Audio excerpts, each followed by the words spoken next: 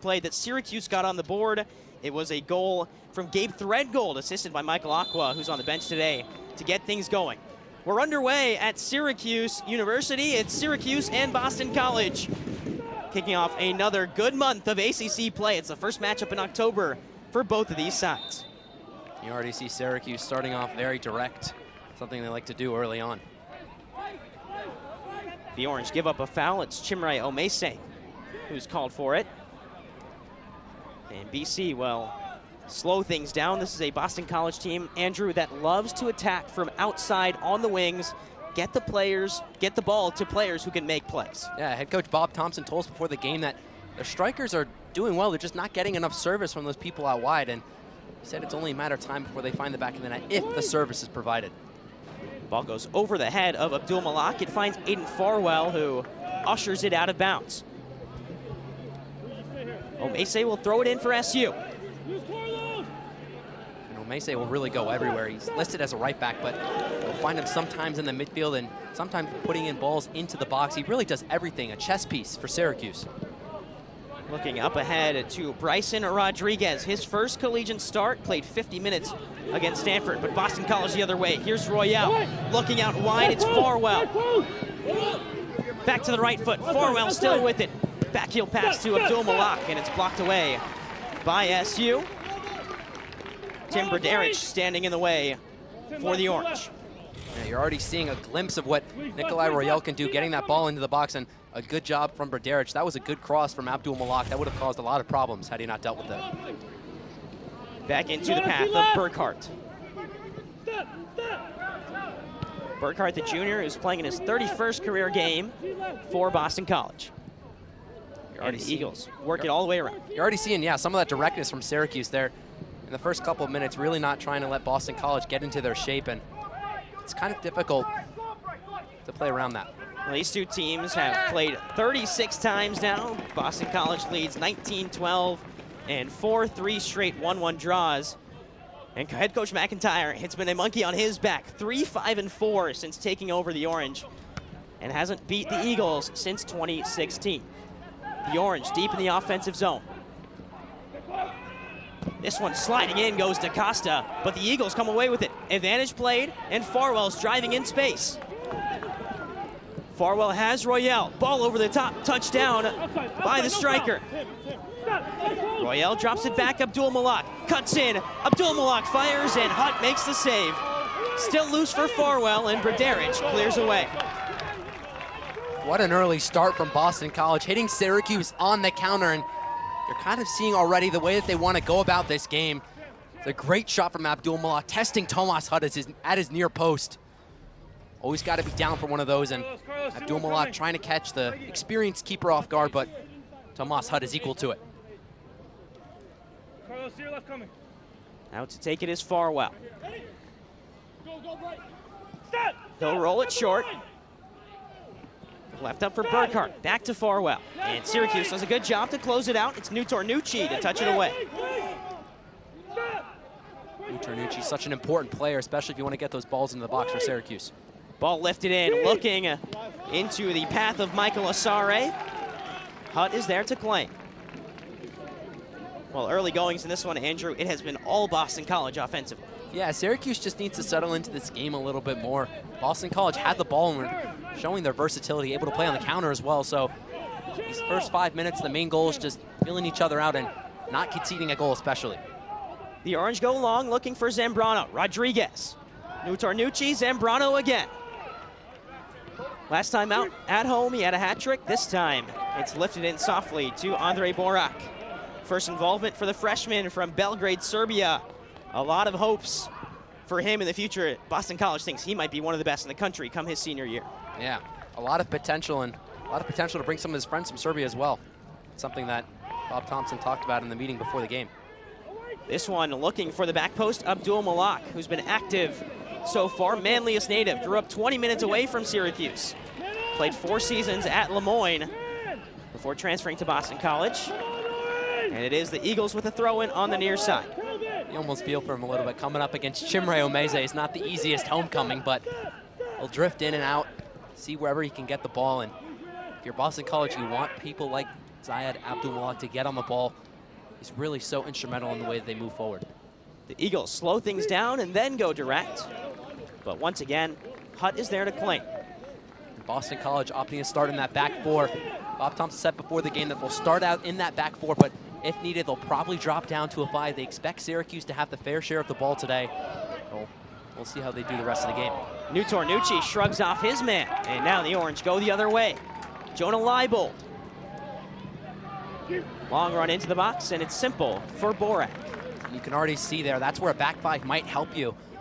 Syracuse can attract your attention on this near side. Those runs are able to be made on that far side by Leibold, so I think it's only a matter of time before we see BC drop into that back 5 just because they need that help in the middle and also that help out wide. Eagles go long again.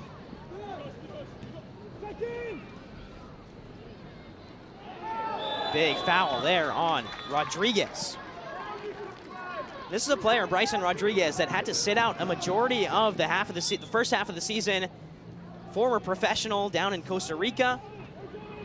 Freshman who missed a lot of the opening half. Finally got his moment against Cal. Played 50 minutes, and head coach McIntyre was really impressed with how he played away in California. Yeah, in our meeting with head coach Ian McIntyre, he was so excited for the return of Rodriguez.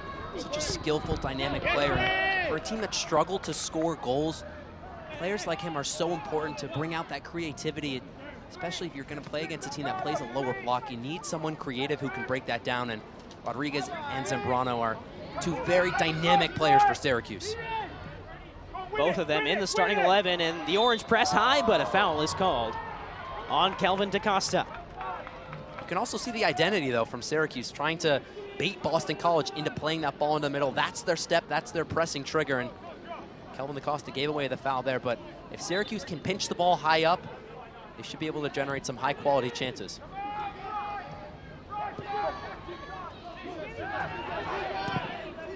Slowed down from the Eagles, and then again direct. But the Orange ready for it.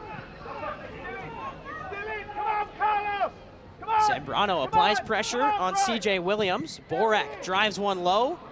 Dangerous play from the freshman. But Boston College benefits, and now Royale. Berdaric, the first one there.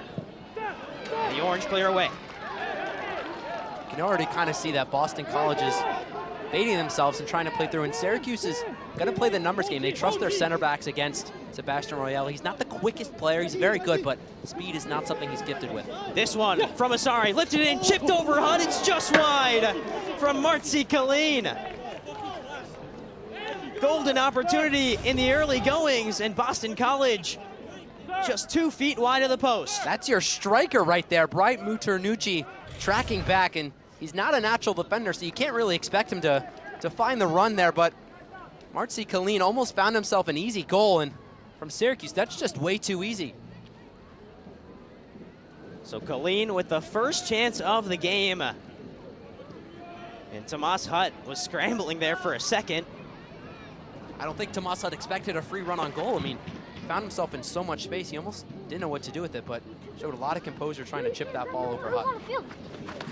Tomas Hutt back to set this one off, and just had a respecting that you have a defender on your back. You almost kind of don't know what to do with yourself when you have the ball with that much space, that close to the goal, so still good from Syracuse. Omese shrugged off the ball by Abdul-Malak, and that's a matchup that we've seen before. It was last year when Lemoyne took down Syracuse 1-0. Abdul-Malak, a part of that Lemoyne side. Omese, a part of that Syracuse side. Maybe carrying over some bad blood from last year.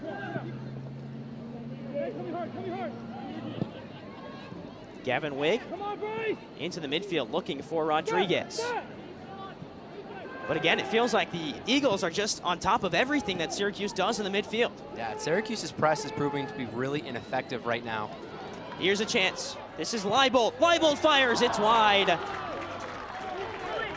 Great look from Jonah Leibold, and the captain drags it wide of Borak's left post. Yeah, commentators curse. Just as I talk about how their press is ineffective, they win the ball back and get a good opportunity on goal. Good strike there from Leibold, but that one's not going to be troubling Andre Borak at all. But if Syracuse can get that press right, they'll probably have a lot of good opportunities because Boston College is playing pretty deep, and to their credit, they're playing pretty bravely, trying to play through this Syracuse press, but Syracuse is just so athletic.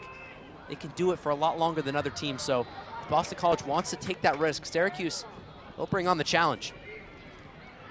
That's something that head coach Bob Thompson mentioned to us in our pregame meeting, that in the ACC, week in, week out, you need athletes, you need technicality, and right now it seems like some games Boston College has one asset and they don't have the other. Yeah, you also just need a good bench. You need a lot of people.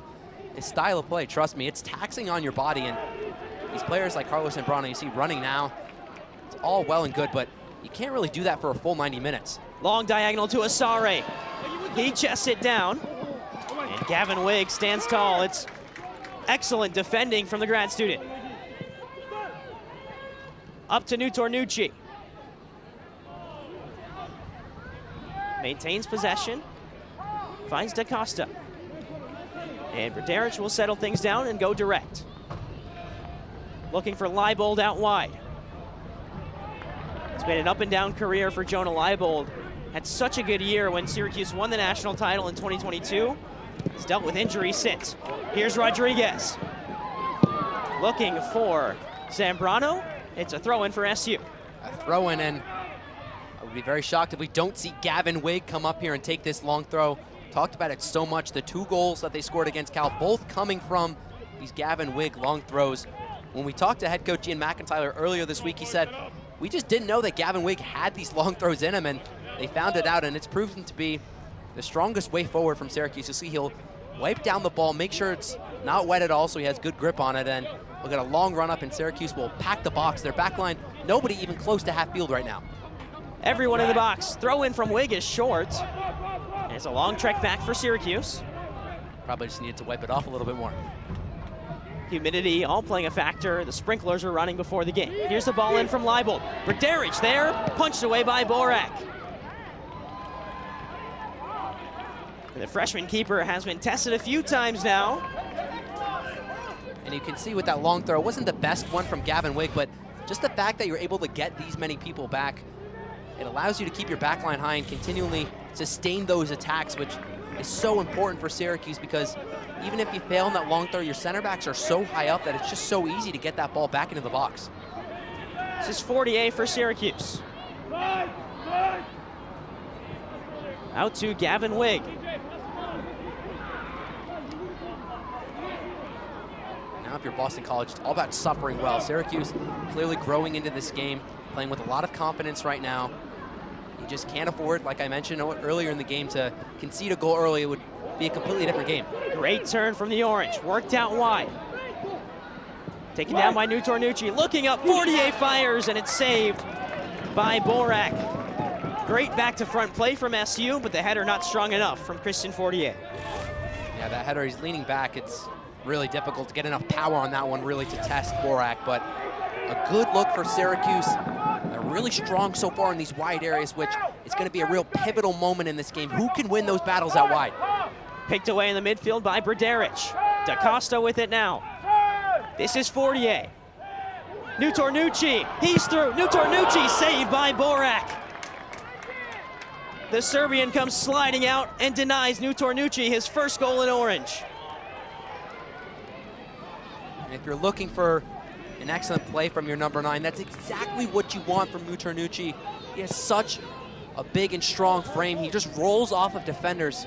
You can't really get near him because if you do, he just rolls off you like that. It just becomes so easy, and it's a great opportunity. If you don't know where to go, if you're one of these creative players, just play the ball to your number 9 and play off of him. Zambrano lost it. Rodriguez picks it up for SU. He's all alone. Gets through one. Here goes Rodriguez, and he's shoved off the ball. It's played out for a throw-in. Rodriguez just maybe doesn't have the pace to beat Williams there, but again, an example of that counter press working from Syracuse, winning the ball high up. Don't have a long way to go, and I almost just wondered if Rodriguez would run in front of Williams there, force him to go through him, but just didn't quite have the pace. And yet again, another Gavin Wigg long throw. Yeah, who else but Gavin Wigg to step out and take this for SU as head coach McIntyre looks on. Everybody in the box. Throw comes in from Wigg. Flick towards the back post, cleared away by Boston College. Wig still on it. Out to Fortier. Looping ball in. Borak called it off. Fortier again. This time blocked by Asare. That's a perfect example just of how easy it is to create chances from that long throw. A simple flick on from Chimere Omeze. No one there at the back post, but it could have very well easily found the back of the net. It's just so easy on those long throws to get the ball into a dangerous area, and it's such a pain if you're a defender having to go against them because the ball just gets put into a dangerous area every single time. Hutt goes direct. It's picked away by the Eagles, who send it right back down the other way. You can tell they're rattled a little bit, the Boston College Eagles. Syracuse is growing really well into this game, and they're just finding a lot of space up top.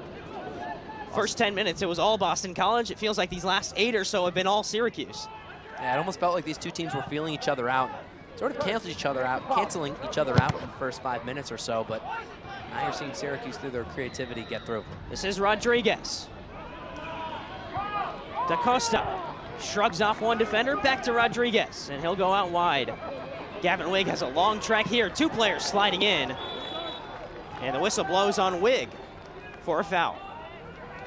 Not quite sure about that one. It seemed as though both players were just going for the ball, and Gavin Wig, apparently, according to the referee, was second to it, but you're already seeing that if you draw your attention near side, you can switch that ball to Gavin Wig very quickly, and it's just so much space opening up. I would not be surprised if Boston College goes to that back 5, even just in the first half, as opposed to the second.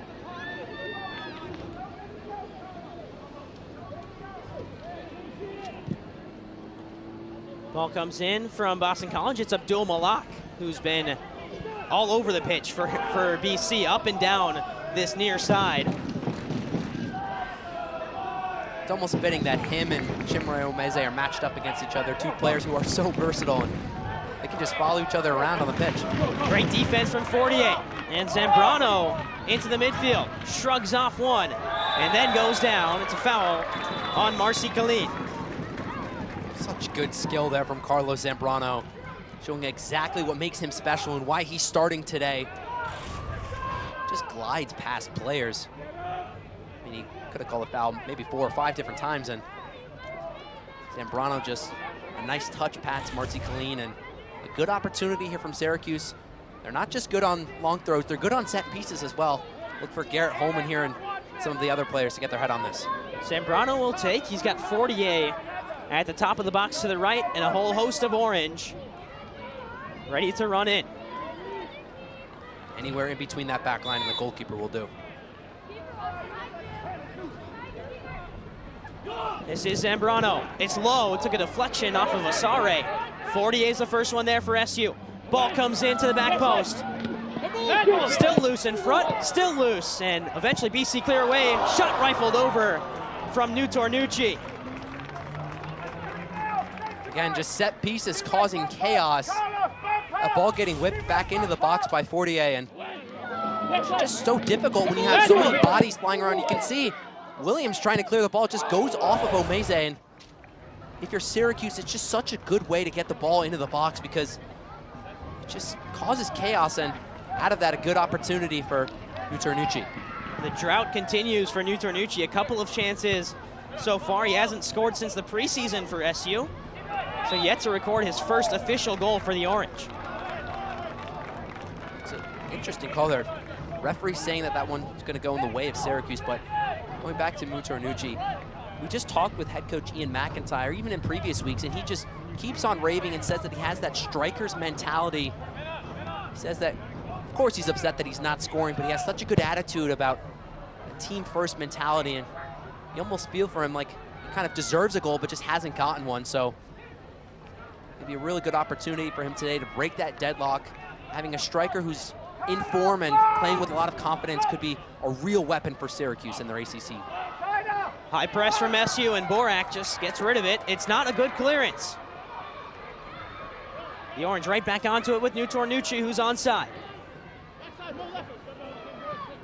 Transfer from Grand Canyon, looking for Da Costa, and it's read well by the Eagles.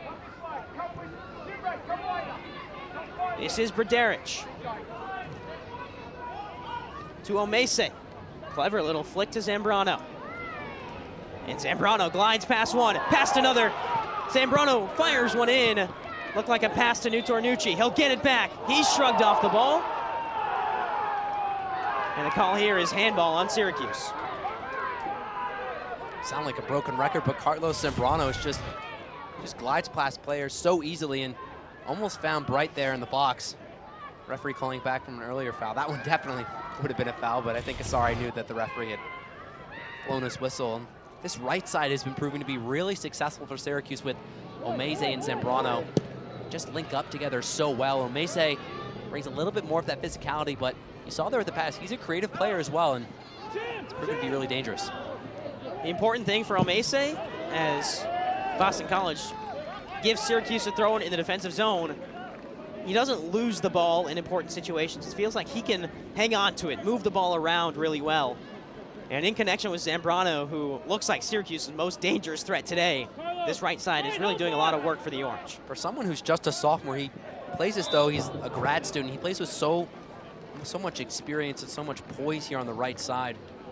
And you need that game IQ and that poise if you're somebody who has that freedom to go up and down the right side and also drift into the midfield. So much composure if you're Shimrei Omeze. Action on the Hill continues on Sunday as the women's soccer team takes on Clemson at 1 p.m. Clemson's a very talented side. The Orange looking to get that first ACC victory under their belt. 1 p.m. Eastern right here on ACC Network Extra. Nothing really changing from Syracuse. Getting all of their defenders up past the halfway line, and it's almost just suffocating Boston College, clawing and getting every chance they can get. And if you're BC, when you win the ball, you just don't have anyone to play to, and you need a target number 9, but it's so easy when you have Garrett Holman, Berderich, all of those defenders back there. It just makes the game so easy for Syracuse. Foul on Rodriguez for a little shove in the back of Martzi Kalin.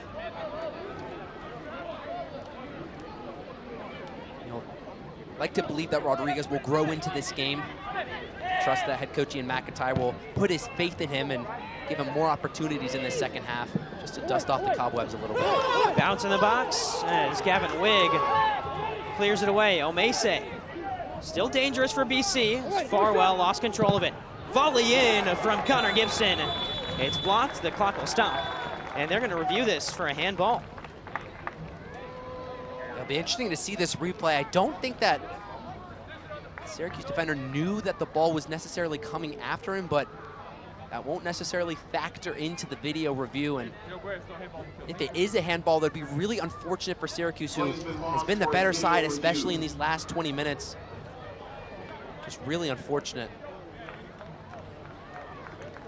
Well, the incident, I believe it was Gavin Wigg there in the corner of the box, trying to clear it away, had pressure on his back, and the clearance wasn't all that good either. Get another look at it here. You can see Michael Asare thought that it was a handball. It's the clearance. It just happened before that from Gavin Wigg. You don't necessarily know as a referee whether he intended to put his hand there, but Asare definitely, as soon as it happened, put his hands up, and it seemed as though he was pretty adamant that it was a penalty. So Asare continues to plead his case to the BC side. We're still continuing to take a look at it. It's the play right before that Gavin Wigg clearance, in which Asare really believed that Gavin Wigg touched it with his hand. We'll get a good look at it with this angle. And just a ball over the top, a header there. And Gavin Wigg, the trailing run with Asare. Here you can see, definitely looking at the ball, and Asare just trips him. Although that one looks to be outside of the box, Arnav. I'm not sure if you can really give that as a penalty, because it seems as though when the contact was made with Gavin Wigg's hand, he was outside of the box. I do think, Arnav, that one was in the box. You probably could give that one as a penalty because Gavin Wigg does see the ball pretty clearly. It definitely wasn't an incidental handball. Tripped over Asare, but that one outside of the box, I don't think this one is going to be a penalty for Boston College. Yeah, and with it not being a penalty, we'll see if they give the free kick to Boston College or they just start play over again. But from where we're at and from this camera angle, it does look pretty much like Wigg is half a yard outside of the box. But For the Orange, it's dangerous. They might be reviewing this for whether or not it was intentional or not. I think that's why they're going back here. But if you are Gavin Wigg, you just want to get yourself in front of Asare, and you can see, yeah, he has his eyes clearly on the ball, and Asare just bumps him a little bit, and Gavin Wigg running back. That one's really tight, Arnav. His foot is outside of the box. I'm not sure if his hand is there. I don't think the referee's going to give it. And the call is no handball. They say it's off the shoulder of Gavin Wigg. And so the Orange get away with one there. If you're Syracuse, you don't want this to change anything because you've been the dominant side, and just a mistake from Gavin Wigg, one that he didn't get penalized for, and you just want to keep your foot on the gas as head coach Ian McIntyre is making sure that his team gets a little extra boost from the bench. Yeah, you heard the bench react to it right away. But BC will have a throw in. That's where play was halted last. And shouts from the BC bench saying to throw it in long. Probably wish they had Gavin Wigg on their team.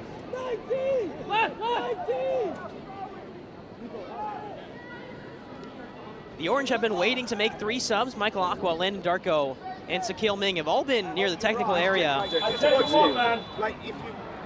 hasn't happened just yet. Throwing goes short to Royale. And Wigg stands tall to give BC another throw. Out left to Connor Gibson. Williams. Lofted back in. And this time DaCosta's there. That's a perfect example just of how dangerous the long throw is for Syracuse. BC doesn't have that same long throw, and you can see the ball just gets recycled back and you don't really get anything out of it, whereas when Gavin Wigg throws that ball in, it's just an instant chance on goal for Syracuse. Rodriguez whiffed on a clearance. Here's Royale. Slips one through, but Holman's there for the Orange. And now cleared away by SU. Just a second to breathe defensively, reorganize, and get back into shape. Yeah, soccer, it's a fluid game, but sometimes teams just have the upper hand sometimes, and Boston College right now has grown into this game a little bit and seen the confidence, but Syracuse continuing to press them, and credit Ian McIntyre. His squad so far in the first 30 minutes or so really hasn't changed their identity, which is something they've struggled with all season, is kind of finding what that team identity is, and they've relied on the set pieces, but they've also relied on this counter press to win them games. Rodriguez, Zambrano. Options both ways. Zambrano takes it himself and runs into traffic. Defended by Martzi Colleen. Sliding challenge from Berdaric to get it back for the Orange. Here's Fortier to Nutornucci. Foul right outside of the box, and this is dangerous for SU. Again, just cannot emphasize how strong of a player Nutornucci is. And it's just so hard. You can see Moritz Gunlock is pleading his case because he feels as though he didn't make enough contact, but when you have a strong striker like that who can also move and check in and receive the ball, and I feel like he might have a point there. It's all about whether he went through Nutornucci to get the ball. And you can see, yeah, he does make contact with Nutornucci before he makes contact with the ball. Good call there by the referee, and this is a really dangerous opportunity, a free kick which favors a left footer here. Well, Fortier's got a rocket of a right foot. We've seen him score a couple of goals from outside of the box in his time. Goal against Pitt last year. His last goal against Stanford as well. A thunderous strike. He'll stand over this one. Likely going over the wall, trying to curl that one in the top right corner. It's kind of hard to go keeper side here. Got a secondary Syracuse wall as well. Surprised that Borak is not moving a bit to his right. Fortier with a 4-man wall in front of him. Rolls one low, and immediately Boston College cleared away. Tried to pull one off the training ground, and the Orange unsuccessful. Yeah, they're just trying to play that one in and catch that wall off guard. It's so close to the goal that the wall's likely to jump and be distracted by that one, but it's just such a good opportunity to get a shot on goal. It's a shame that Syracuse doesn't have a left footer out there on the pitch, because that free kick really would have favored a left footer. It's kind of hard for someone with the right foot to get that one over the wall and down in time. Zambrano called for a foul, and it allows the Syracuse substitutes to enter the field of play. All attacking substitutions. That just shows the intent from head coach Ian McIntyre. He knows that his team is up top, and he knows how important a goal would be in these last 14 minutes or so. So New Tornucci, Leibold, and Zambrano off. Darko, Aqua, and Sakil Ming, the 3 on for SU. And one name who we're not seeing right now for Boston College, but is available on the bench, is Ask Eklund, the captain from Norway. He is one of the best in not just the ACC, one of the best in the country at creating chances on offense. Right now it's the Orange with Aqua. Foul called on SU. Yeah, the referee getting involved a lot in this game. A lot of stoppages, which would likely favor BC because, as we've mentioned, Arnav, Syracuse has been the dominant team in the first half so far. So if you're Boston College, you just got to kind of see it out for these last 12 minutes. And the referees had a lot to do to that. 33 minutes of scoreless soccer. Best chance of the night, Martzi Colleen chipped it over to Moss Hutt and missed the right post. Arnav, there's just been so much going on in this game that almost feels like decades ago. Omese heads away. Fortier there. He finds Aqua. Aqua defended by 3, finds Darko. Held off by CJ Williams, and once again, you're seeing how good CJ Williams is as a part of this BC back line. Yeah, we saw earlier with that challenge that he had against Rodriguez how fast he is, and he showed it again with his strength. He's just such a dual threat for Boston College in the back. Clever little backheel flick from Farwell. He gets it right back. SU, physical as ever. This is Aqua. Omese. And he goes flying down. It's another foul on Farwell. This game's starting to become a little bit chippy. These two teams know each other so well, and also that connection with Abdul Malak and Syracuse. So the players on the pitch definitely know one another, and it's becoming a little heated, Arnav. Don't expect anything less from two ACC rivals who have drawn the last 3 times they've played. Syracuse hasn't beaten Boston College since 2016. Last year it was a 1-1 draw, same result the past 3 seasons, 1-1. Right now we're at 0-0. 11 minutes to go. And the Orange keep it in play, clear it out for a Boston College throw-in. Both teams just showing how strong they are defensively. That's excellent defending there from Gavin Wigg, and these two teams really canceling each other out right now, but Boston College throwing in, maybe they can get a goal before halftime. It's been a game of runs as Abdul Malak is in an offside position.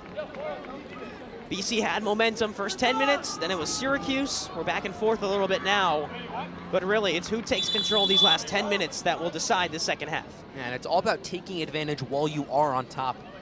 Soccer, it ebbs and flows with the game, and when you have those opportunities, you got to take advantage of them. I know it sounds obvious, but when you're the better team and you don't find the back of the net, it gives the other team a lot of hope.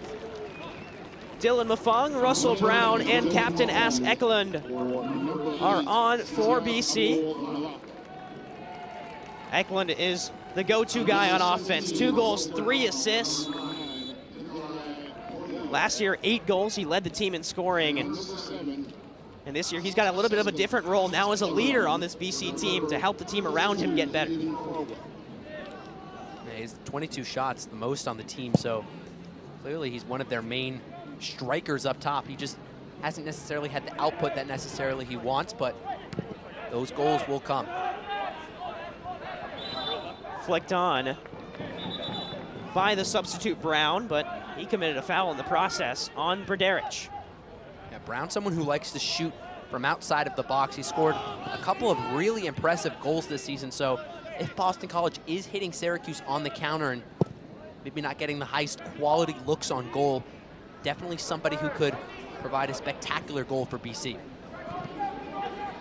Flicked onto Mafung, and again, the offside flag is up 3 or 4 times now that the highest man up for Boston College is caught behind the back line. And I think that just shows how confident Syracuse is in their back line. The fact that they're playing their back four so high up, there's a lot of space for BC to run in behind, and Syracuse is kind of daring Boston College to play that ball over the top because they have such speed and such strength in their defenders. So that's a sign that Syracuse is really confident in that back four. Berdaric loops one to the corner. Fortier sends it sky high. And Boston College flick it down. It's Wig. Shaquille Ming, first action for him. Dancing into the box, he goes down, no call from the referee. And the Orange get it right back. Chance for Ming again, he'll roll one in. Darko and cleared away. This one over the bar for a Syracuse corner. And just a little bit too easy, and Landon Darko couldn't quite find the back of the net on that one, but that's a good run. That's the most dangerous spot on the pitch right there. Call those the assist zones because it's just so easy to cut the ball back, and the defense is running backwards. There's a lot of space for the attackers, and Syracuse is really trying everything to try to get that goal before halftime.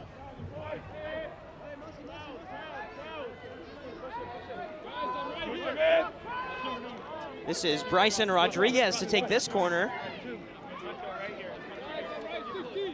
And Syracuse, no stranger to packing the box. Everybody within 25 yards of the goal, minus Tomas Hutt. Ball comes in. Out to DaCosta, who loops it back in. Ming. Chance to break here for Boston College if the Eagles can collect possession. Instead, it's flicked on. There's a lot of space there for Boston College if they were able to get that ball up the pitch. Syracuse needs to be careful not to overexert themselves on those corners and set pieces because BC might not be the fastest team, but they have a lot of quality in the front line, and there was a lot of space that they could have taken advantage of. More subs for the Orange. In come Ernest Mensah Jr., Nathan Scott, and Quentin Christie. Off go Christian Fortier, Chimere Omese, and Bryson Rodriguez. Really good stint from Rodriguez here. His first collegiate start. Really creative, looked really positive. Yeah, he just needs to grow into the game a little bit more, which I think will just come with time. You saw flashes of how creative and how dynamic he is. Syracuse has been missing players like that. Zambrano has grown into that role, but if you can have two players like that, it unlocks so much for this Syracuse offense. Darko upended by Gundelach. One back by Wig. He'll clear it away. It's a throw-in for Boston College.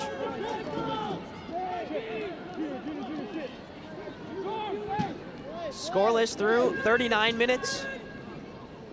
And a breakthrough here right before halftime would give the scoring team a lot of momentum, Andrew. Yeah, it changes the entire way that you play going into that second half, because if you do get a goal, you can afford to sit back, and the other team kind of has to go on your turf. The ball's in the other team's court, so to say. So it's really important that both teams stay tight at the back. Cleared away by Berdaric. Aqua the first one there, now Darko. Williams again, rock solid winning that ball. And again, Boston College in an offside position as Ekelund called for this one. Be interesting to see if they start using more of those runs from midfield. It's a lot harder to be offside if you start your run from deeper, but right now Syracuse, like I mentioned before, keeping that high line, almost daring Boston College to play through. So I wouldn't be surprised if we saw Mafong or maybe another midfielder running behind, just because there's so much space and Boston College has yet to be able to exploit it.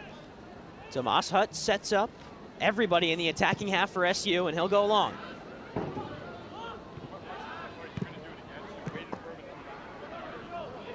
And as the ball ping-pongs around, it's Syracuse who end up with a throw-in. Gavin Wick's got a good long throw, but it'll probably be difficult for him to get a long throw in here. And he's still drying that ball up and giving it a good shot. Not a bad effort from Wig to get it close to the box. The Orange flick it on. And now Boston College clear it away. You can almost see they're missing the presence of Nucci, who will definitely feature in this second half, but when that ball's just ping-ponging up top, it's really nice to have a number 9 who can bring it down and who you can run off of. Darko's got a lot of pace, but doesn't have that hold-up play that Nucci offers for SU. Here's Mensah Jr. on the near side. Runs in with Quentin Christie. And Mensah Jr. loses it. Whistle blows for a foul. A lot of those little fouls, and if you're BC, you really don't want to give one of those away. It's not far enough for them to whip it into the box, but with these last 5 minutes, you just got to keep everything super tight at the back. Can't give away any silly free kicks. Pullman. Berdaric. Looking for Darko's diagonal run. And Williams, good awareness to know where Darko was and clear it out for a corner. That's that pace that you mentioned, Arnov, with Darko in behind. He might not have the hold-up play of Mutarnucci, but he has that ability. If you don't know what's going on up top, you can play that ball to Darko, and he'll be able to run and challenge the defenders and win a corner here. And now you see an in-swinger on this corner.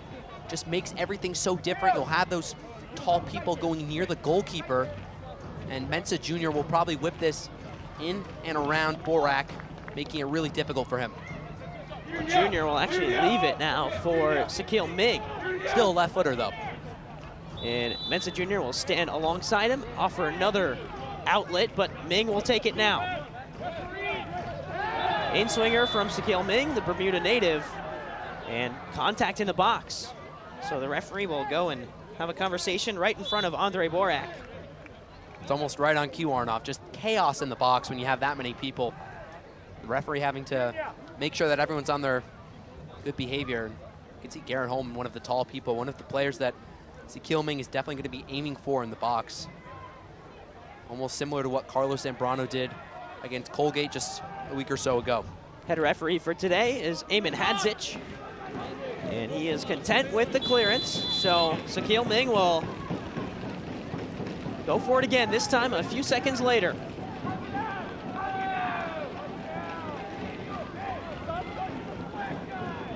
Ming's ball in is low, it's poor from Sakil Ming. And the Orange will have a throw-in. A poor ball from Sakil Ming, and you can see Gavin Wake jogging over again. I want that one to beat the first man, but it's just constant wave after wave of pressure from Syracuse. It's just if you're a Boston College defender, it's a long day having to defend these set pieces. You got to require a lot of effort to get the ball out of the box. Wig has the long throw. Finds Berdaric. Back post, still loose, and Borak claims. Here head coach Ian McIntyre wanting his players to get back because BC, if they could have found the right player, had a counterattack on there. Instead, it's Syracuse moving forward. Whistle blows on Michael Aqua. This game has been really fast, and Syracuse, a team which likes to play quickly and in transition. They have 124 fouls, the second most of any team in the ACC, which to me shows that they like to fly around and like to ride that physicality and use that as a weapon going forward. Under 90 seconds until halftime. Both teams searching for a breakthrough. The Orange have had the better run of play as of late.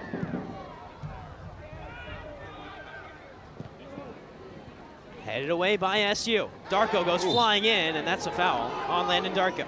That one's always tough because if you're Williams, you're leaning down to head the ball, and if you're Darko, you're just trying to kick that ball out. So difficult decision for the referee, and an opportunity with around a minute left for BC maybe to get this ball into the box, get an opportunity in the last minute. So with 1 minute to go, it's scoreless between BC and SU, and the Eagles with a free kick. Lofted in by Burkhart, looking for Asare. Nate Scott chases it down, still with BC. Across the face of goal, and Mensah Jr. sees it out for a throw-in. Got lucky there with a bounce off of the foot of Mensah Jr. It's a throw-in for the Eagles. Yeah, it's an excellent ball into the box over Tomas Hudden. BC trying to nick one before the end of the first half. Let's see how good their long throw is. Front man wins it, a foul anyways. And Syracuse can breathe a sigh of relief. Good look from BC. One of their better chances in the first half. They've done a good job at bending but not breaking, and they've given themselves everything to play for in the second half, which is exactly what you wanted. So we end the first half scoreless, 0-0 between Boston College and Syracuse. A lot of positives on both sides. Andrew, based on the way that you played, at least for the vast majority of that first half, you'd like to believe that head coach Ian McIntyre is going to really throw the kitchen sink at a game like this, because that would make it 3 wins on the trot, and a win like this would propel you in the ACC. You really need to pick up all 3 points, but it all depends on the way that these next 45 minutes go. Well, we're underway in half number 2. And first action is for Aiden Farwell to attack for Boston College. It's a foul on the grad student Farwell. Speaking of grad students, Tim Derich, one of the stars of that first half for Syracuse, alongside Garrett Holman. They've just really stifled every single attack for BC, and you saw that head coach Ian McIntyre was encouraging his team to play with a higher line, which just condenses the field. You can see it now. They're almost up to half field, and that front line for Syracuse, it's just almost 20 yards between the back line and the front line. Just makes that pitch so small, and that allows Syracuse to ride their physicality and use one of the biggest strengths that they have. Well, if the Orange win today, it's 3 wins in a row on the season. First time this year that would happen, and the first time since October of last year when the Orange pulled off 3 in a row. It almost doesn't sound real when you say it to me, Arnav. A team of this stature not being able to win that often would be a great achievement for head coach Ian McIntyre. Think back to the missed opportunities earlier on in this season, the 1-0 loss to Duquesne where Holman had a bad mistake at the back, a missed penalty against New Haven, a couple of very winnable games for the Orange, a lead against Stanford that the Orange then gave up in the final 15 minutes. So many chances to win those games and build on that streak, and it just felt like the Orange missed out on that, but got a chance to do it today. Yeah, it almost feels like this season has kind of been a series of what-ifs for Syracuse, and it's starting to turn around and become more like reality. And if you're Syracuse, you've had so many of those tough draws and tough losses, and to get 3 wins to just show that what you're doing is working would be so massive for this program. Zambrano. This is out wide to Mensah. And he's dispossessed. Ernest Mensah Jr. Transfer from Xavier. And you saw there Zambrano, that ball, Timmy picked him out as the player to watch for the second half and the star of the first half. He's just pulling the strings right now for Syracuse. Tornucci. This is Zambrano. He fires. It's off the side netting. Took a deflection off the hands of Borak, but Zambrano, right on cue, is the man for SU. Yeah, he just places a 10 and a second striker. You can see he's playing off Tornucci, and that's a great chipped ball from a striker in Bright Tornucci, but that one just a tough angle for Zambrano, but he really is everywhere, and he has that creative license to kind of go wherever he feels like he's needed, and right there was on that right side, as you can see. That's a really difficult shot, but Zambrano has just been everywhere, and he's a player playing with so much confidence right now. And how about that ball from Tornucci as Ernest Mensah Jr. stands over the corner. The Orange have struggled to get the ball over the first man on these corners. Mensah Jr. will do this time. To the back post. Borak punches down. It's a foul on SU. Got in the way of the Serbian netminder. But that's the chaos that you have when you have an in-swinger who can whip that ball close to the goalkeeper. And I've mentioned it so many times, but Syracuse has so much height. Borak can't come out and claim that one, and you can see he's shaking up a little bit. And if Syracuse can get that ball into the dangerous area on the set piece, it just becomes so difficult from a BC perspective and so tiring. You just almost feel like so much effort has to be exerted to defend each set piece. So if Syracuse can get that ball and get those long throws and corners, it almost feels like a matter of time before they find the back of the net. Mentioned the height for SU. Borak's no short man himself, the 6'5" freshman in net for the Eagles, who coming off of a career high in saves, made 9 saves against Stanford in the last match. In the first half of this one, made 5 saves, so on pace to at least get close to that number 9 again. This one through, Zambrano lost control of it. And now Asare the other way. Dances around Nathan Scott. Gavin Wigg applies the tackle, and SU called for a foul back on the Nathan Scott challenge. Yeah, BC just needs to ride this Syracuse pressure. And He's growing to the game, and first 5 minutes, it's a little cagey. Just like the first half, you saw them kind of feel each other out, and it's all about not conceding in these first 5 minutes. And if you're Syracuse, you just want to keep at it, keep going.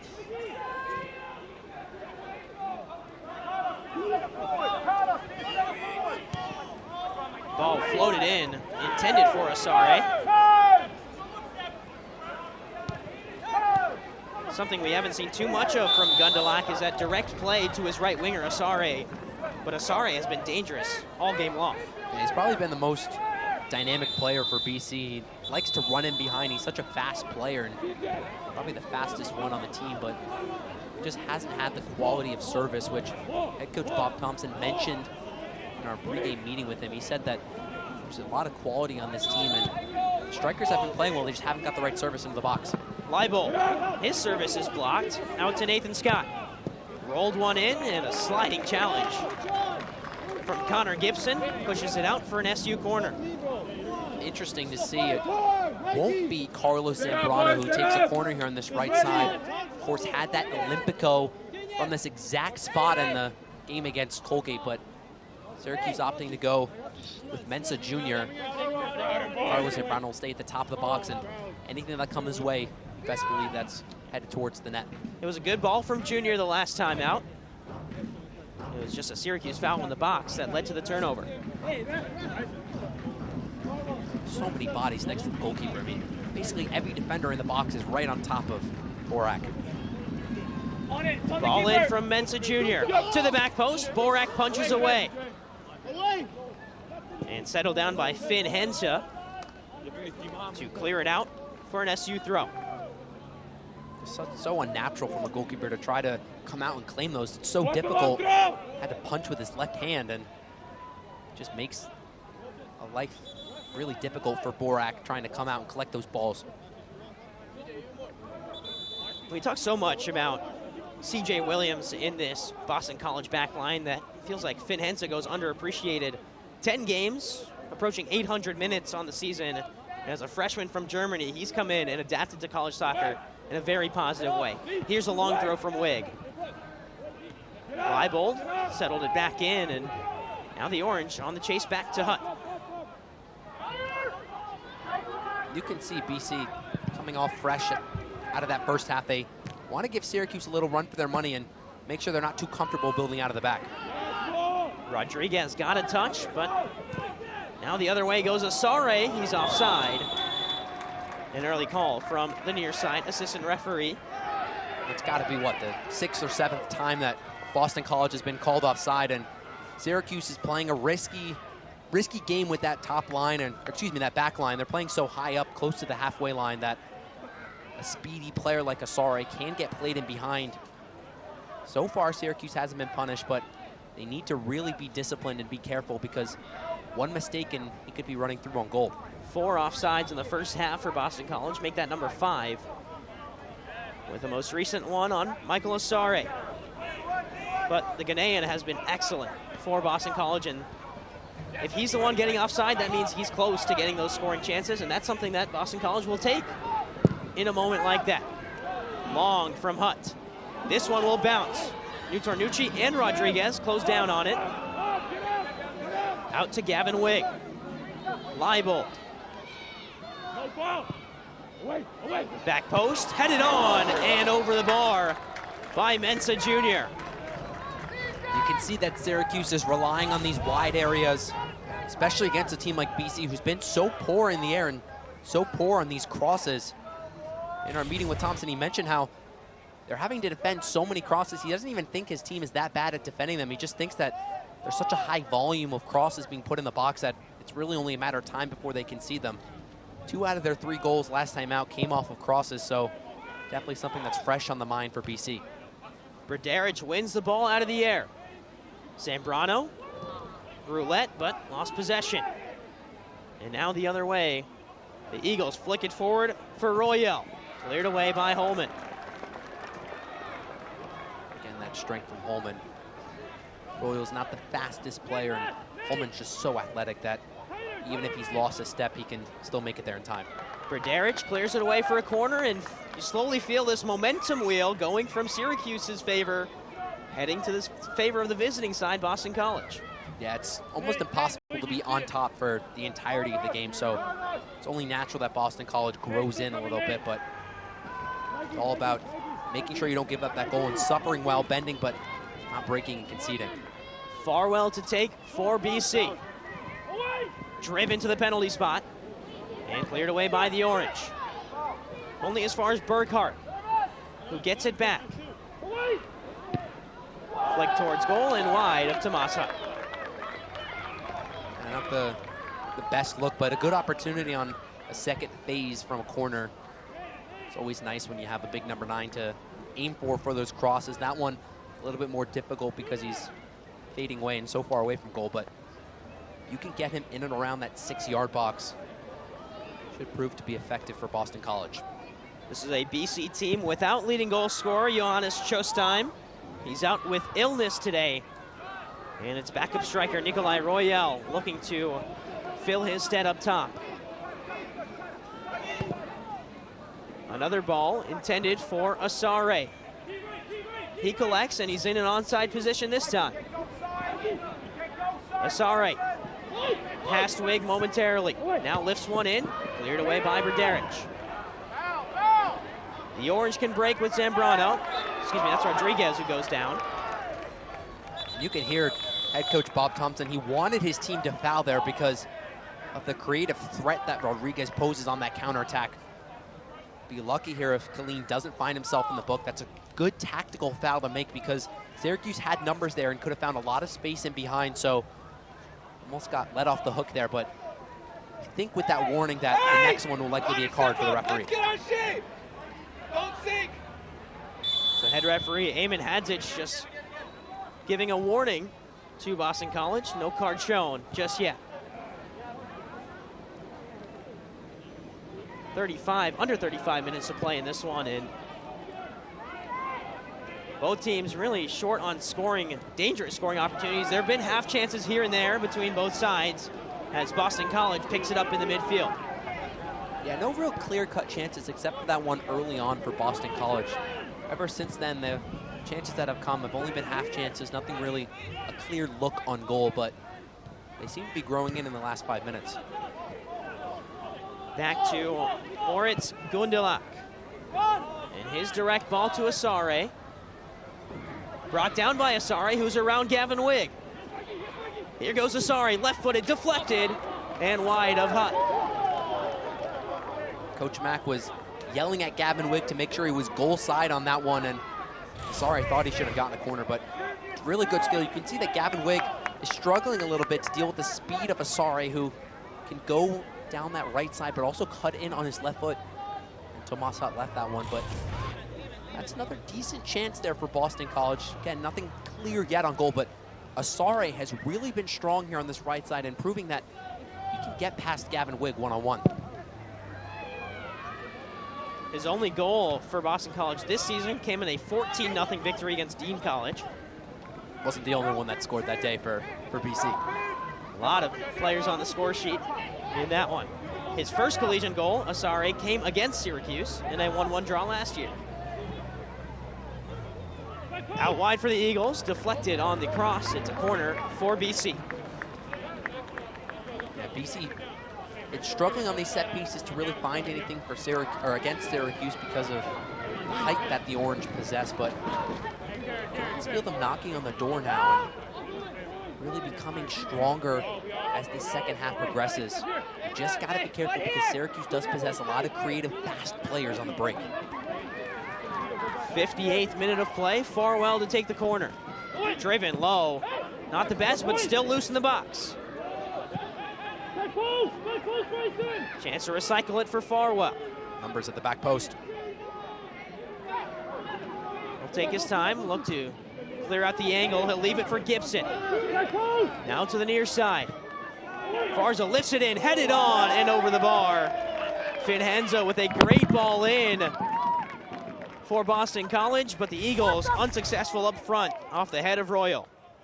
Yeah, he's sandwiched there between Gavin Wig and Zambrano, and that's a difficult header, but That's a really good ball into the box, and I talked about it a few minutes ago, how you want your number 9 to be in that 6-yard box, especially someone who's a good header of the ball like Royale is. So Boston College really becoming super strong in the second half, and if you're Syracuse, you really need one of your playmakers like Rodriguez or Zambrano to kind of pick that ball up and create something to flip this game on its head, because right now BC looks like the better side, Arnoff. Something that head coach Bob Thompson talked to us about before the game was that if Syracuse was dominating possession, BC would switch to a 5-back, but right now, with the way the Eagles are playing, looks like they'll be content with 4 at the back and attacking through the wings. Yeah, no need to change anything really, because what you're doing right now is working, and I wouldn't be surprised if we saw a change for Syracuse, just because Gavin Wigg has been caught out a couple of times on this near side, but BC has been really good at possessing the ball and sustaining these attacks, putting Syracuse under a lot of pressure right now. Gondelak, who's got a pretty good direct ball in his locker.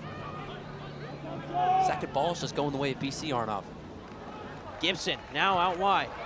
Cross comes in, it's Tomas Hutt there first. Great running from Royale. Just over 15 minutes into this game, and if things keep going like this, I wouldn't be surprised if we saw Coach Mack go to his bench. One thing he highlighted in our meeting with him is that he has so many good players who might not be playing, but who deserve to play and who have been practicing well. Talked about how there were a lot of freshmen into the fire last year, and it's paid off because he has a really deep bench this year. Harsh foul on Nathan Scott. Marcy Colleen was taking a couple touches through the midfield for BC, and Scott just upended him. Not bad though, slowing the game down and conceding a set piece. You don't think BC's probably going to get the ball into the box from a place like this, and it'll be a difficult one for Williams. So it's good to just get 11 men behind the ball and kind of regroup, because Syracuse looks a little rattled right now. Eagles have the momentum in this second half. This is CJ Williams. Lofts one in. Header by Brederich. Still loose and headed away by Mensah. Almost feels like they've had, what, 3 or 4 corners in the last couple of minutes, and Syracuse has seemed kind of on their heels for the first time the entire match. He's done a good job to press. Here in goalkeeper Tomas Hutt here telling Gavin Wigg to watch the ball. Cross comes in from BC. Hutt called off his defense. Chance from well wide, deflected, and out for another corner. Both sides, Arnav, and that was a good job leaving that ball, allowing the shot to come in, but credit to Syracuse. They have been on the back foot, but they've done a really good job at not conceding, not breaking, and letting that goal in, which would mean a lot of catastrophe for the Orange, but it's only a matter of time if BC keeps getting corners. This is the junior Jack Burkhart out of Sutton, Mass. With the corner for BC. Headed away by SU. Strong header, but doesn't clear the box. Second ball away, still loose off the volley. And sent over by Siad Abdul Malak. And that's one that you know he wants to get on the score sheet today. Nice. Played here before in that 1-0 win for Lemoyne last season over Syracuse, but this one just kind of falls to in the box there from Gavin Wigg, and really difficult opportunity because you're leaning back and over to the side. But again, I feel like Boston College has had probably the better share of possession here, and definitely the better share of the chances in the second half. So if you're Syracuse, get the ball up to your number 9 and your creative players and play off of them right now. The Orange looked to do that, but turned over by the combination of Zambrano and Rodriguez. And if you don't have the ball, you can't get the ball to those 2 creative players up top. Rodriguez and Zambrano are your key for the game, getting the ball in their feet and letting them run through on goal. But Syracuse just hasn't had possession and hasn't had the chance to get it to them. Throw from Wigg, intended for Zambrano. Now Ernest Mensah Jr. looking to use his pace on the far side. Shrugged off the ball. It's a throw in for Boston College. And Arnav, it's almost like a self-fulfilling prophecy when you're against the ball for so long. If you're Syracuse, you become a little bit more tired, and when you do regain the ball, Boston College, because they've had the the lion's share of the ball. They're able to press really quickly and win that ball back, which it almost just becomes like a cycle. Throw in for BC. A little bit of pushing and shoving at the midway line. This one falls for Jonah Leibold. He throws a little elbow into the back of Finn Hensa. And it's a free kick for BC. It's just, again, a lack of composure from Syracuse. You can see that they're becoming a little bit frustrated because in that first half, they had the ball and they were possessing it so well. I mentioned it a couple times how high up their center backs were playing, and now it almost feels as though they're pinned back, and that BC is the dominant side, which is just so shocking after that first 45. This is Leibold.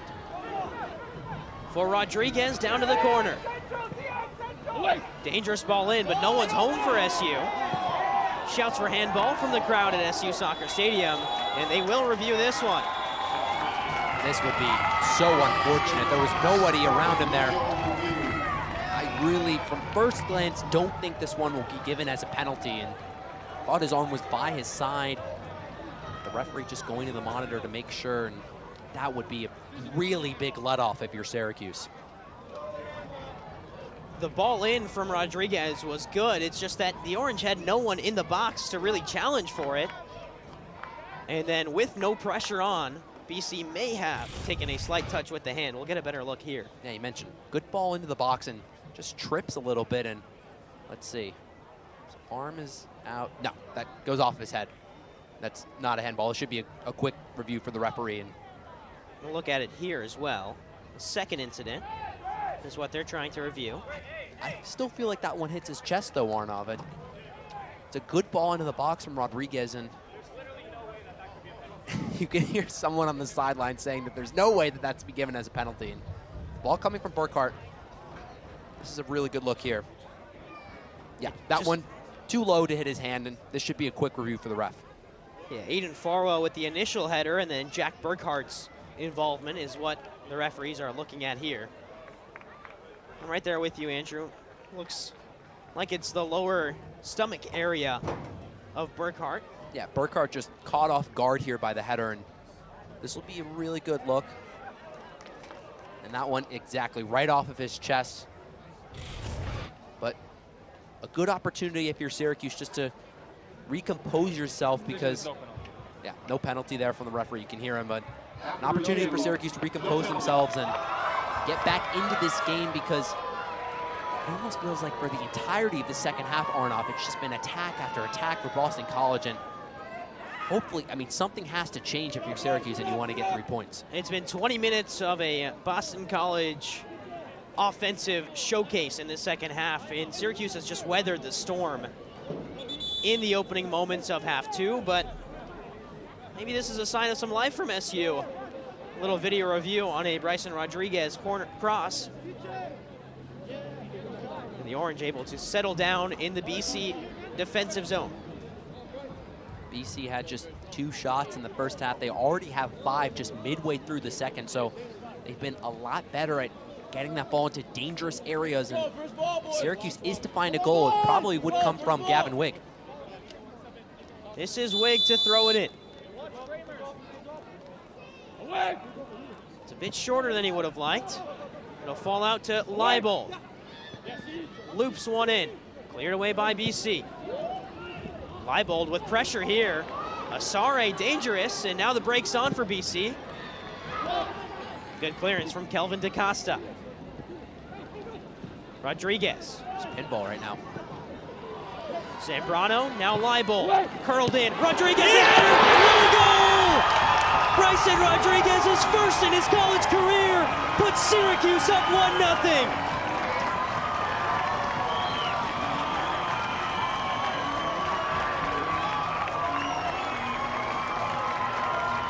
What a moment for Syracuse. Boston College, the better team for the vast majority of this second half, and what a great moment for Rodriguez. Just his second match played this season, and he's not the tallest player on the pitch, Arnoff, but that is a fantastic header.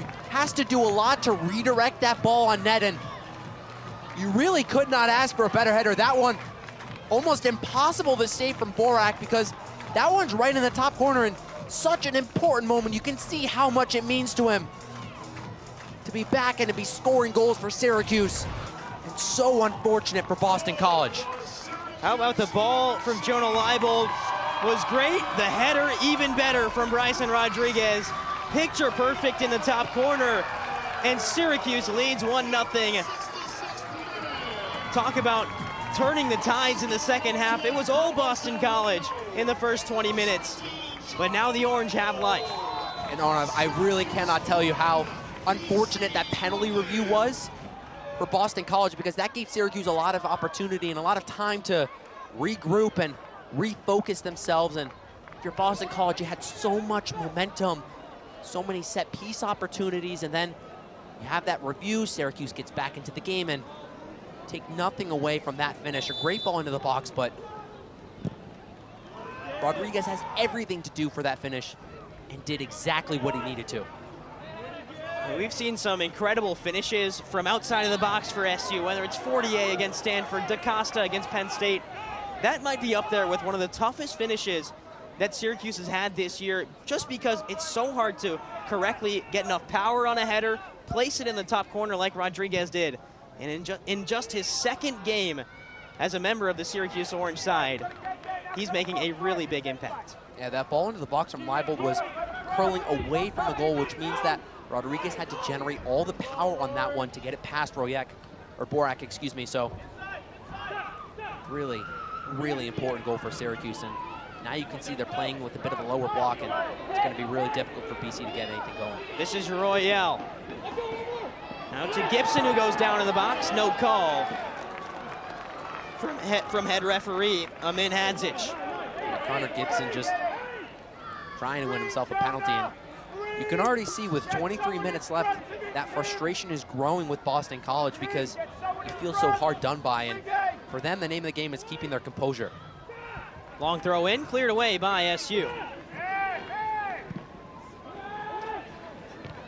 And it feels like that Rodriguez goal has just sparked some life into this bench. You can hear them on their feet louder now for their teammates on the field in orange.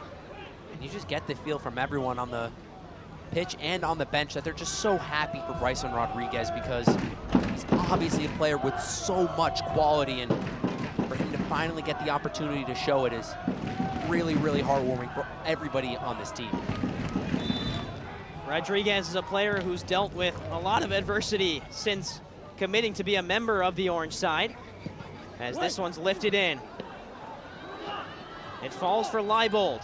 Assisted the first, this one is blocked by Finn Henze. And for Boston College, as unfortunate as that goal is, you're still very much in this game, and you can still play for a point with just the 1-goal deficit. So it's really important that, especially in these next 5 minutes, that you make sure the floodgates don't open and maintain your composure and don't concede a second one, because if Syracuse gets 2 goals, it would be pretty much game over. They're such a strong team defensively, so you just got to keep your head here if you're BC.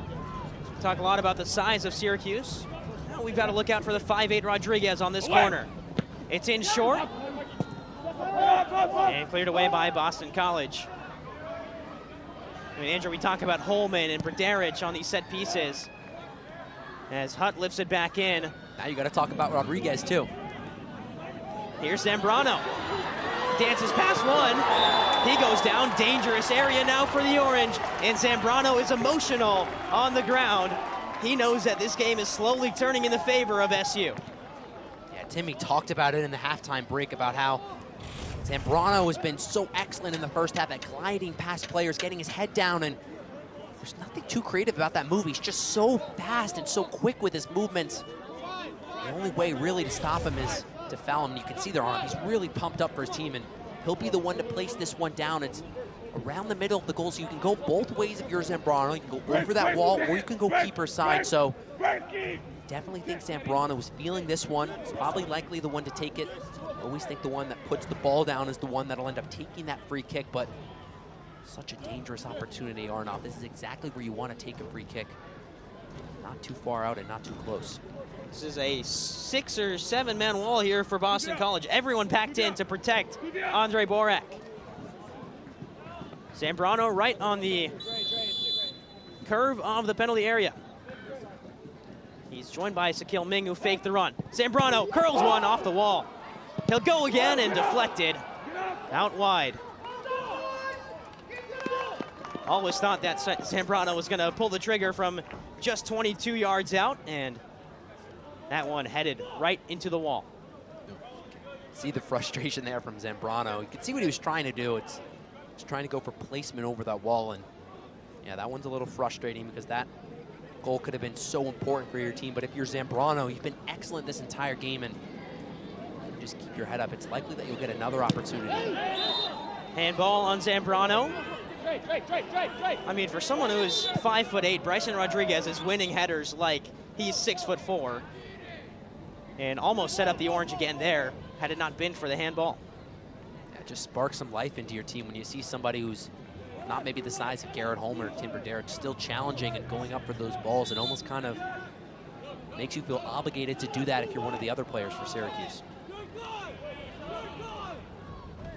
So with 19 minutes to play, it's the goal from Bryson Rodriguez, assisted by Jonah Leibold, to put SU up by 1. Settled by Boston College, looking for Asare, and Holman clears away. Wouldn't be surprised if we saw Leibold track back a little bit deeper as this game progresses, because Gavin Wigg, for everything that he can do with those long throws, has had a little bit of a difficult time defending Asare, and he's been really the bright spot for BC, both in the first half and in the second half. So he's really the danger man and someone you got to look out for if you're BC.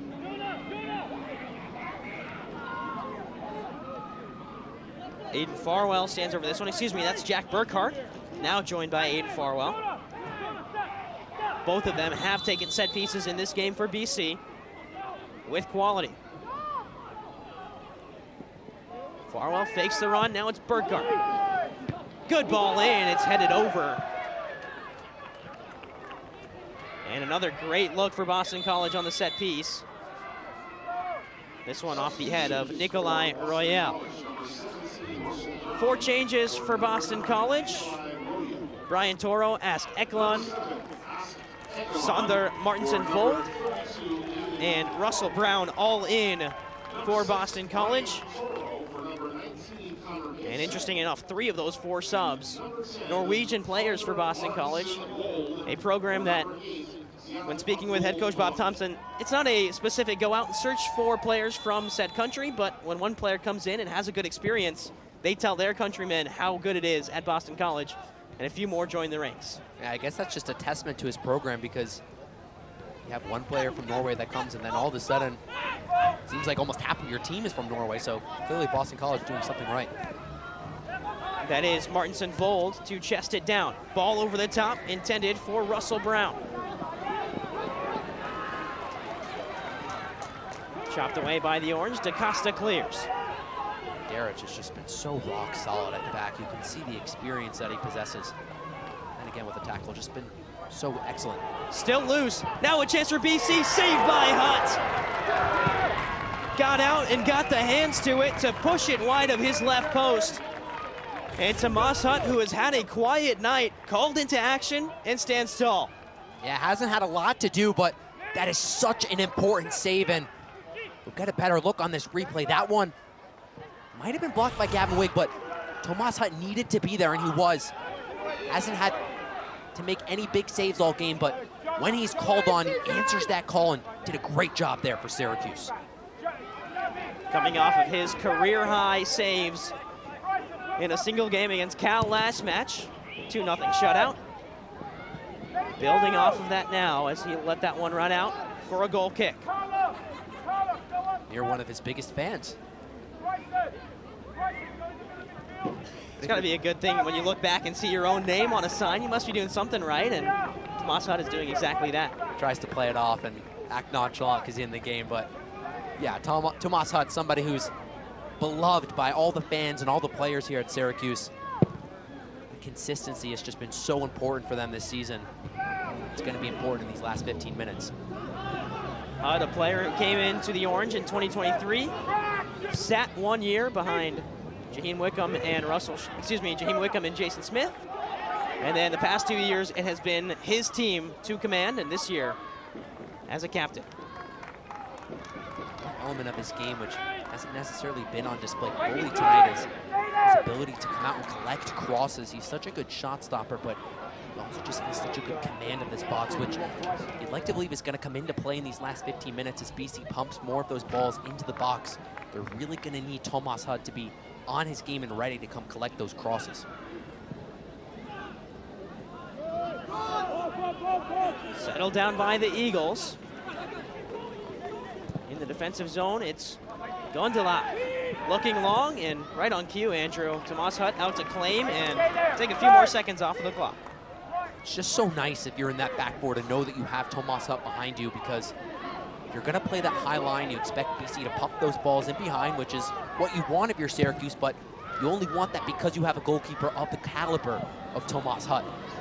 Chance here for Rodriguez and Zambrano, but miscommunication between the two attackers. Just so potent when you have Tornici, the big number 9, and then two almost dynamos in Rodriguez and Zambrano behind him. Shaquille Ming and Michael Aqua on for SU. Off go Jonah Leibold and Carlos Zambrano. Leibold with the assist on the Bryson Rodriguez goal that has Syracuse up 1-0. That goal scored in the 66th minute of play.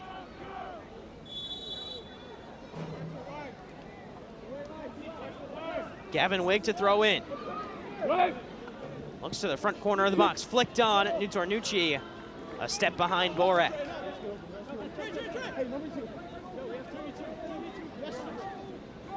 I always love to see this from Syracuse. Despite having that 1-goal advantage, you could sit back and opt to have 11 men behind the ball, but you can see them taking risks, and they really want that second goal, and they're a team that always remains hungry, and it could come back to bite them.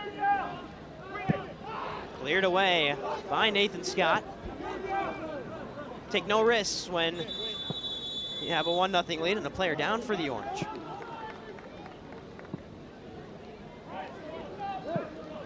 It's the goal scorer Bryson Rodriguez who's getting tended to. Maybe just cramping up. He only played 50 minutes against against Cal in the last match. Might need some medical attention, but it's been such a good performance from Rodriguez. For somebody who hasn't played in such a long time and only got his first minutes last time out, he's showed some excellent composure. And I don't know about you, Arnoff, but it didn't feel as though he was a new piece in this Syracuse attack. It felt as though he blended in seamlessly, especially linking up with Zambrano and Tornucci. It's a front three. They just work off each other so well. He's become such an important piece for Syracuse. Played a little bit in the preseason games, but didn't get too much of a run out, and then had to sit out a majority of this season due to his prior professional experience in Costa Rica. And while Rodriguez has a goal today, the Orange continue their action next week when SU takes on SMU, Southern Methodist University, on October 11th. Kickoff for that one at 7:30 Eastern time. And while SMU is another program that when they moved to the ACC, it just raised the standard of ACC men's soccer. Yeah, it just makes these games so difficult because in the ACC, a conference that's so potent when it comes to college soccer, there's just really no off days and no games where you can take a break and take your foot off the gas. So again, that bench is going to be so important for Syracuse coming up, and they have a lot of people who deserve to play and who are hungry to play.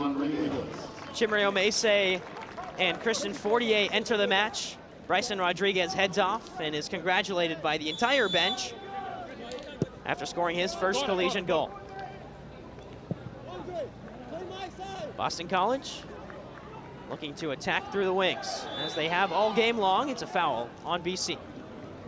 A player to look out for would be Finn Hensley here on this near side. He starts as a right back, but ventures forward so often, and I think him and Asare are going to prove to be difficult. That's why you bring in somebody like Shaquille Ming on this near side, just to help you out and track back when needed.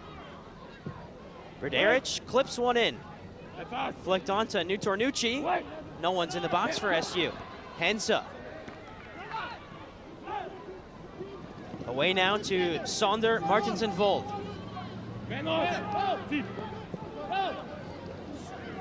The Orange not afraid to press high, but BC good working through the back line to move out of it, and the Orange commit a foul on the far side. And the reason you see Syracuse doing this is just because they're the more athletic, quick, and strong team, so they can rely on that press even if they got beat. You see here, Nutarnucci gets beat with the first line, but because they have so many athletic players, it becomes so difficult for BC to win those second balls and to break those lines.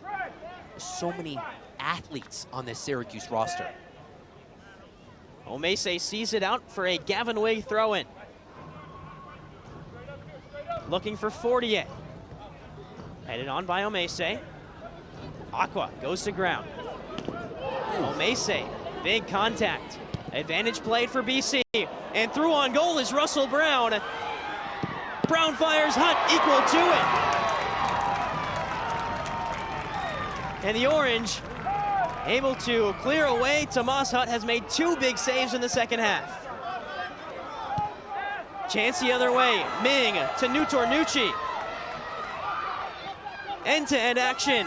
Nutarnucci looking for the return to Ming. And now the Eagles slow things down in the midfield with Ask Ekelund. That back line has just been caught out too many times over the top for Syracuse. Here goes Russell Brown again, has a Sare in the box. Brown fires, and Hutt again with a point-blank stop.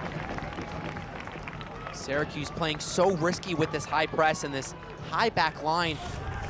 Nothing changing, but good opportunity here from Russell Brown. You can see a great job of closing that space from Holman and Berderich, putting him off and forcing him to that side. It makes the chance so much more difficult, and BC came right back after it.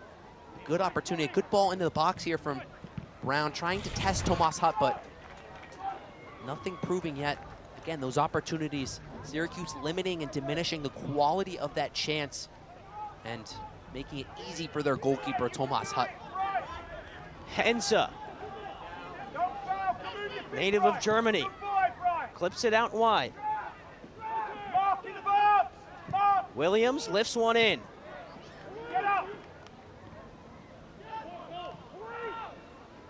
Big swing and a miss from Fortier. It leads to a chance for BC to work out wide. Asare on it now. Held up by Aqua. And now the Orange settle things down. Up to Nutarnucci. Back to goal for the number 9, where he excels. Sets up this Syracuse offense. And you can hear head coach Ian McIntyre saying back around. He wants this SU team to hold on to possession. Just need to strike a balance between possessing the ball but not overexerting yourself. You've seen that BC has gotten a lot of opportunities through playing those balls in behind because of that back line. And nothing is changing here for Syracuse. This is Hensa again. Back to Jack Burkhart. He's moved around all the back line today. Seeing him out wide on the left, and now playing as a center back for Boston College. Shouts for handball, it's given on the far side on Michael Aqua. Just feels like those tiny mistakes that Syracuse has done such a good job of eliminating almost come back in these last 10, 15 minutes. You can't afford to give BC anything because their team, which we've seen today in the second half, they have the quality and that prowess to get those balls in behind and find good opportunities, but it just hasn't clicked yet for Boston College. Dylan Mafong comes on, and Boston College takes off Michael Asare, who has been the most dangerous player throughout the entire game for BC. Lone goal scored in the 65th minute, 66th minute by Bryson Rodriguez, assisted by Jonah Leibold. That's where we stand. 9 minutes to play, punched away by Hutt, who's well out of his goal. Syracuse stands tall in front of its netminder. Back in by Boston College, and again, headed away by SU. This is what we expect the last 9 minutes to look like. It will be Boston College pressing the issue and getting as many chances towards the center of the field as possible. to the center field and to the area of Tomas Hutt, who you saw there did a really good job at punching that one away. He's going to be put under a lot of pressure in these last 6, 7, and 8 minutes. Mafong stumbles over his own feet. It's out of play for a throw-in. Mafong, such a creative winger, and Syracuse will also go to their bench in hopes of relieving some of that pressure in these last 8 minutes. Ball hits the ground right in front of Nutornucci. Landon Darko is the one substitute for SU. He'll go on. Bright Nutornucci will head off. It's another scoreless game for Nutornucci, but his hold-up play really helped settle this Syracuse offense down in that first half. Yeah, didn't find the back of the net, but he did a really good job with that hold-up play and also pressing that back line. Press has been such a weapon for Syracuse, and it all starts from your striker. That's where your press begins, and he's done a really good job at forcing that BC back line in mistakes. We're seeing the press now from Landon Darko, who brings a little bit more speed to the Syracuse front line, maybe looking to settle down on defense and attack on the break. Cleared away by the Orange. Sakil Ming flicks it on. This is Henza.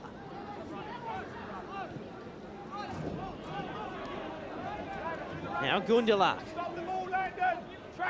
Mafong. Options both ways for Mafong. He lifts one in. This will fall for BC. Long-range shot from Burkhardt is blocked away by Berderich. Williams with 7 minutes to play. Everybody in the attacking half for Boston College, minus the goalkeeper Andre Borak. Back post, Gundelach across the face of goal, and cleared away by Syracuse.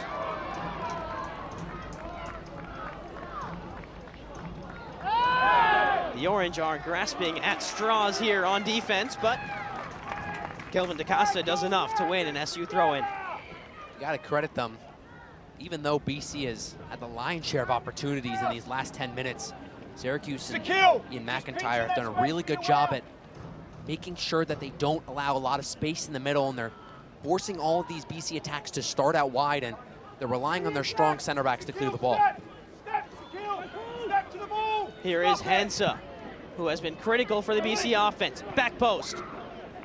Still loose in front on the volley. Sakil Ming, the first one there. Rolled up, intended for Aqua. Martinson Vold goes down to Brown. Taken down in the box, no call. Brown gets right back up. Cleared away, Hensa. Fake shot from Mafong, sent his man flying. BC pressing the issue now. Cleared away by Berderich, ball still in the area. Syracuse just can't clear their lines. Lifted in again.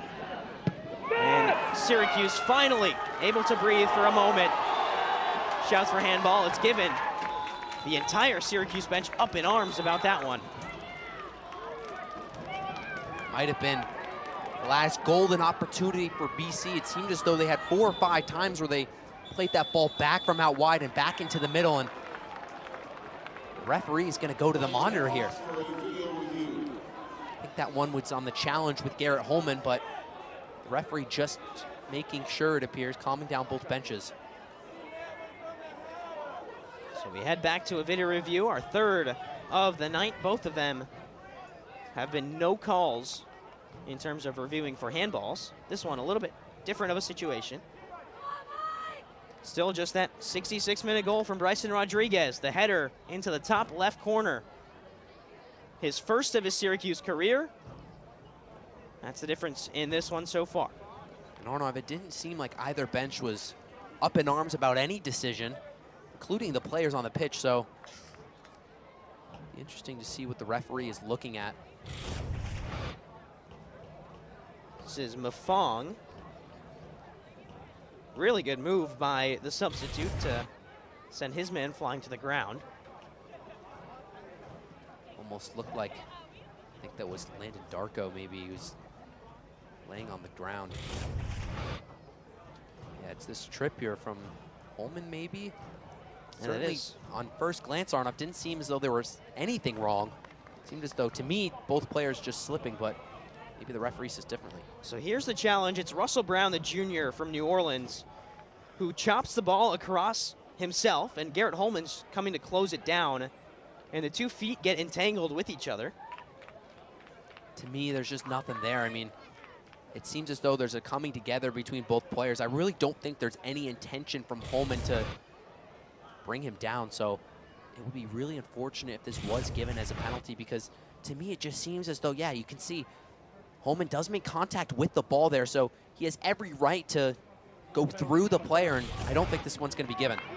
And it is not given. Syracuse will not concede a penalty. It's a good tackle, and after the play, Russell Brown continued to get up and actually had a chance at goal. I think that means that it never really was too serious of a shout, but you'd rather review it and be sure than not review it and have it up in the air. Yeah, you didn't really see any reaction from any player, and I think Garrett Holman was actually very lucky, just because if he doesn't make contact with the ball there, I think that one might have been given.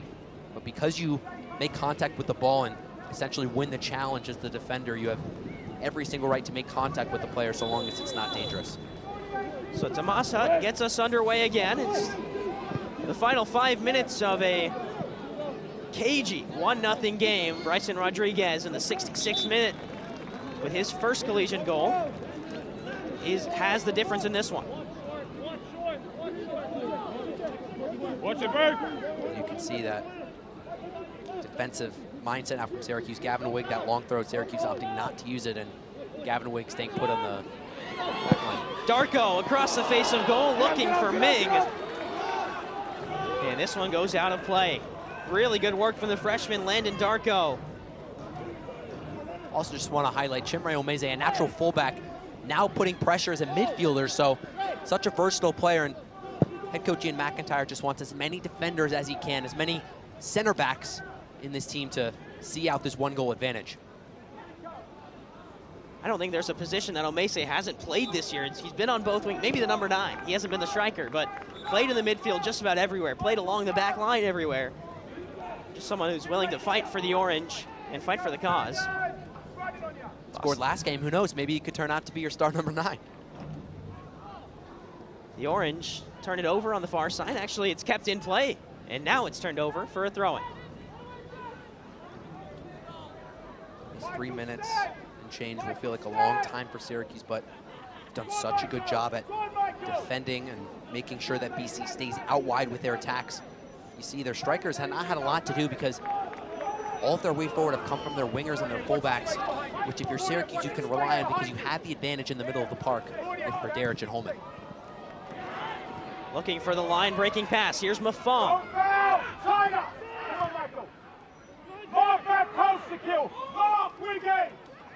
Numbers in the box now for Boston College. Move your feet, Michael. And the Orange get away with one there. And now Darko's free on the other side. Borak comes sliding out. He takes out Landon Darko. And the whistle is going to blow here. Yellow card for Andre Borak. The speedy Landon Darko was through on goal. Yeah, and that's the right call from the referee. Borak had to come out and had to get the one. Coach Mack wants them to review it for a red card, but that one is likely going to stay yellow because Landon Darko's so far away from the goal and he's out wide, so it's not a clear and obvious goal-scoring opportunity. It's actually probably a good foul from Borak because if he misses the ball, Darko is not in on goal, but certainly has a good run on goal, but it's a really good decision by the referee. He's going to go to the monitor to look at it just to make sure. And like I said before, I would be really surprised if they give this as a red just because of how close to the sideline this challenge was. Of course it's a foul and of course it's a yellow card, but in order for it to be a red, it has to be a denial of a clear and obvious goal-scoring opportunity. I just think that's really hard to prove here. And this is a judgment call here from head referee Amir Hadzic because, like you said, Andrew, it has to be obvious, and with two players tracking back for Boston College, it's no clear sight of obviousness. If it was just Darko and Borak, that's a different story, but 100%. You've got C.J. Williams closing in on him, and then you've got Finn Hensa and Moritz Gundelach making their run back to goal if Darko gets possession. So that's That's the what's in second play. thing that they're looking at is to make sure it's not a dangerous tackle, which it's not from Borak. And you're right, CJ Williams is right there, and probably be a yellow card, and it seems as though that's what the referee is going to do here. Heading over to talk to head coach Ian McIntyre is Amin Hadzic. I mean, just look where the free kick is being taken. It's right by the sideline, right by the Syracuse bench. So if that foul occurred maybe 5 or 10 yards closer to the middle of the pitch, you could have seen Borak sent off there, but it's not necessarily a bad foul because it gives you some time to regroup, especially with the review. You've now had a couple of minutes to get back into your shape and figure out the way that you want to go and attack this Syracuse team. So not the worst foul in the world from Borak. Callum Lugton is in for SU. The Orange continue to get fresh legs up top. He steps in for Michael Aqua. This is Fortier with the free kick. Options in front of him are Lugton, Darko. He's got Sakil Ming to his left.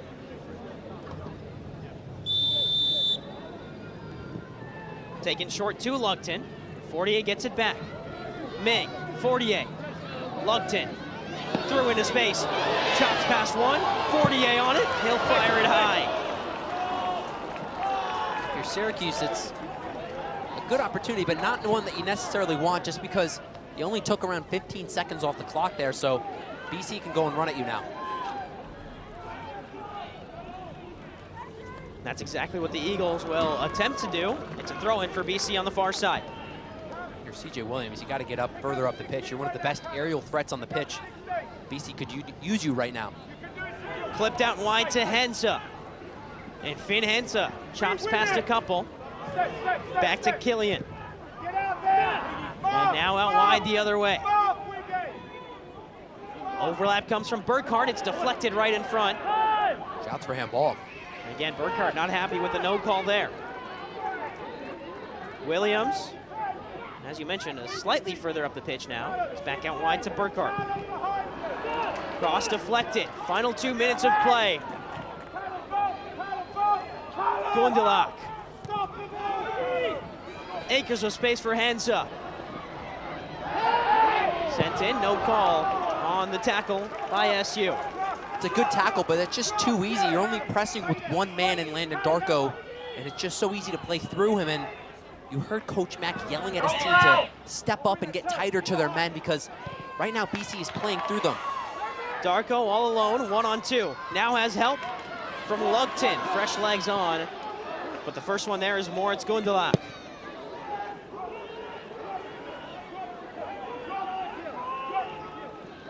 Sakil Ming helping on this far side. It's Gavin so Wig important. wins a header, long range shot, Wig blocks it. Swing and a miss from Berderich, and Holman cleans up the back end. Final 60 seconds. The Eagles rolling the dice. This one falls, spike attempt, it's over. Acrobatics from Boston College's Russell Brown.